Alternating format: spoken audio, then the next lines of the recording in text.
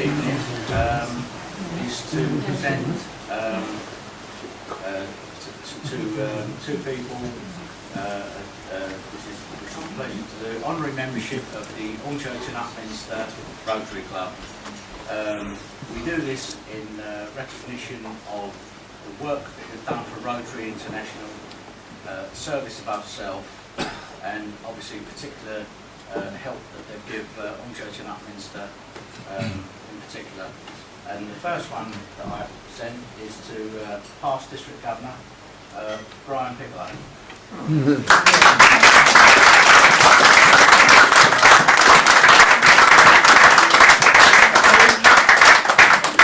going to get one anyway. No, President John, guest and fellow Rotarians, when Jeff wrote me the letter to say that you considered me for honorary membership, I felt humble, flattered, and every other adjective you can think of. I think that you wanted me as an honorary member, and you know, I really am pleased about that. I spent half my life in Spain now, but when I do come back, I will come to visit you, because probably some of you will remember when I used to visit you as District Governor and other occasions, I used to say to you, this is the club out, 1, 2, 4, out all the clubs, this is the only club that I would like to join, and now I'm an honorary member, which I thank you.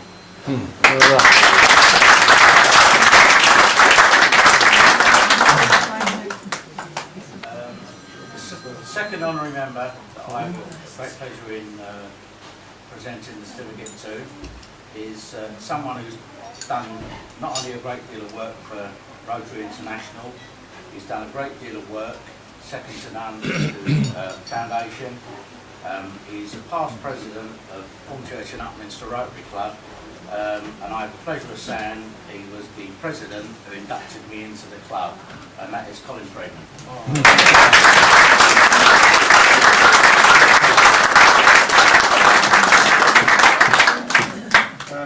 When Jeff wrote to me and said the club had voted this, I was speechless, which you'll know is a very unusual thing. Yes, don't believe it. But I've recovered since.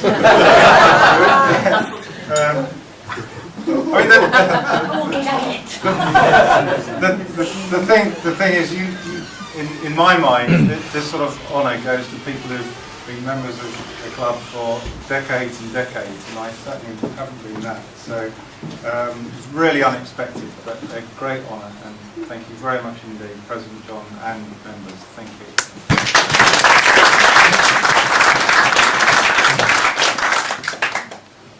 Forgive me while I get the next prop.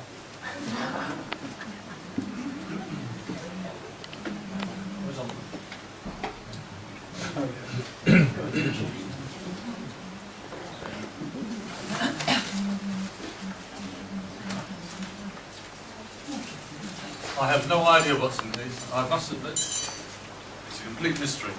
There we are. Not to be opened. Any hymn sheets? Do not open them yet. Any hymn sheets? It's the worst, you've got to take the quick. The winning ticket's a Caribbean holiday, but you won't know that.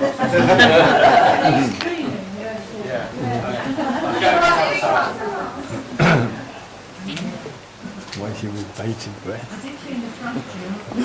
Oh, was it you?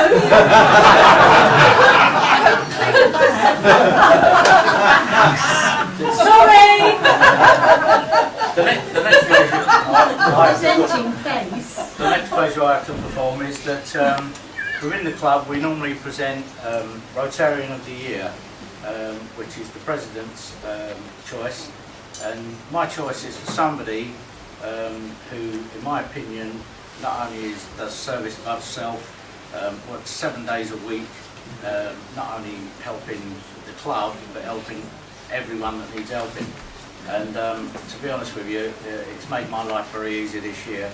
And I'd like to present this to Jeff Furzan. That's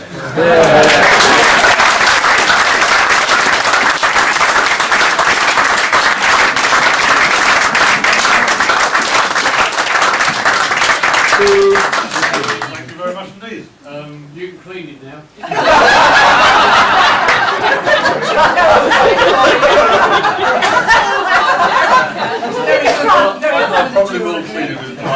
if I don't do it, I know there's always someone there who will do it for me, and that's Dennis Bragg. If you want anyone to volunteer, he's always there. And following in the steps of Jim Haynes, I'm very grateful. Thanks very much indeed.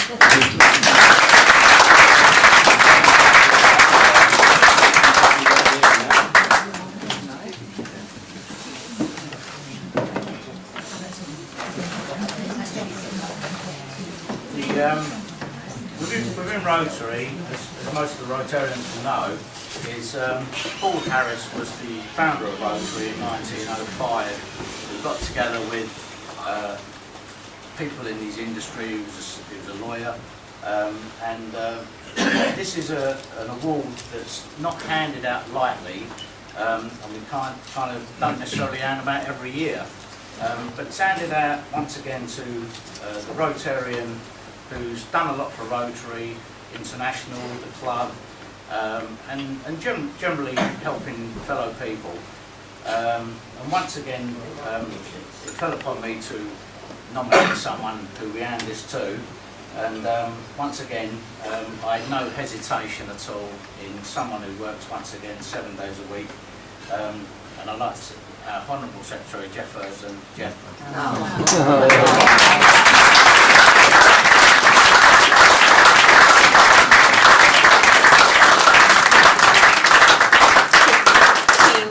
He will deserve it anyway. Oh yeah. It probably means I won't have to be able to resign next year. Thanks a lot.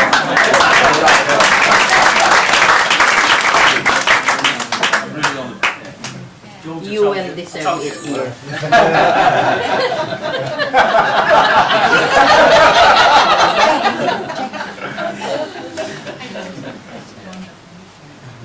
Open it up. Oh, there. Good flash. It's like the BAFTAs, Jeff. It is indeed. Actually, the final job I've got as president this evening is to hand over the gong, as we fondly know it, to our new president. But I think first, it's only right that, you know, I should do a bit of a CV on our new president, so that you know who was taken over in charge of the club to take you forward. No bad things, George, it's okay. George was born George Edward Larkey on the 29th of September 1942. He was the third of 4 children and the youngest son. And I've got it on good information that as a family, when he was a young boy, the family always went to the Isle of Wight for holidays, and they stayed at the same guest house, and they always stayed at the same place on the beach in Sandown. And we actually have, if you'd like to now start to open your envelopes, you'll notice there was a picture of our president. he was wearing wet woolly costume with no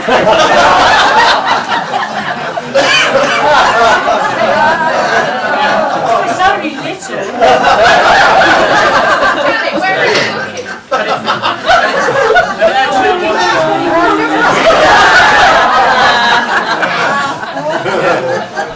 Anyway, when George was young, his mother made him play the piano to stress his badly damaged hands because he fell on an electrified train line as a toddler, and that was the train set that got sold after that.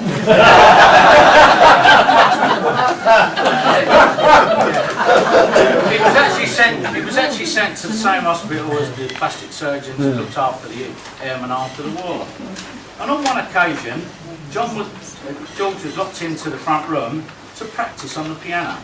And he thought, I've had enough of this, so he tried to escape through the sash window. And what happened? The window came down on his hands. George was also a choir boy. He was singing then, and he's singing now. He's a member of the Hutton and Shenfield Choral Society, and his next concert is at Brentwood Cathedral. It was the last class. It's a bit of a gap. He'll expect to see you all there. He's been a musician all his life. He's played in pubs and clubs, Masonic functions, and even at strippers' functions. That was a bit interesting. He's always been a smart dresser, as you'll see by the photographs. And he's always happiest when he's in a suit and tie, and he has a collection of musical ties. And that's not to say that they play music, but they look musical. He used to have lovely blonde hair, but he went bald at a very young age. And he was threatened by Janet that if he should ever do a Bobby Charlton comb over, she would divorce him. He went to Stratford Grammar School and then to Teacher Training College. And as you'll see, there's a photo of him there in his uniform on a trip abroad trying to look cool. And you did too, George. He knows everyone. He knows all the pupils, past and present. He knows all the parents. And they always stop to chat to him. So Janet has now stopped taking him shopping because it takes so long to get. And on that note, George, it gives me very great pleasure to hand over the gong, as we know it, to you as the president for the next year. And I'm sure you do a fantastic job as you've always done so far. Welcome.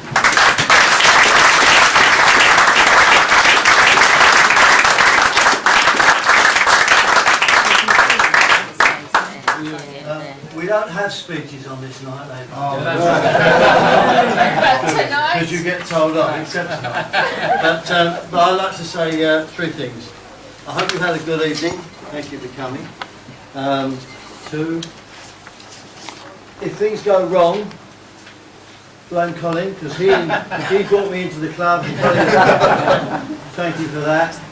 And finally, don't get up, just because it's a nice relaxed evening. But I'd like you to raise your glasses to absent friends.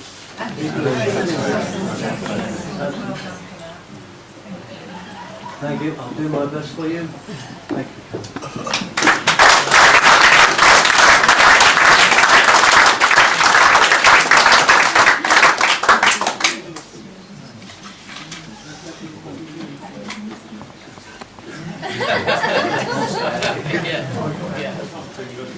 So it's been a pleasure to be secretary of this club. He doesn't say that every day. I would like to say it. I've enjoyed working with the various presidents we've had, and I've really enjoyed the last one with John, and I'm certainly looking forward with eager anticipation working with George, and I'm sure that we'll go forward and multiply. Norman does the job of membership officer and add more people to the great group of people that we have here today. Thanks very much indeed for coming. I think it's going to be a free-for-all now. Yes. And drive home safely and enjoy the new Rotary year. Thanks a lot.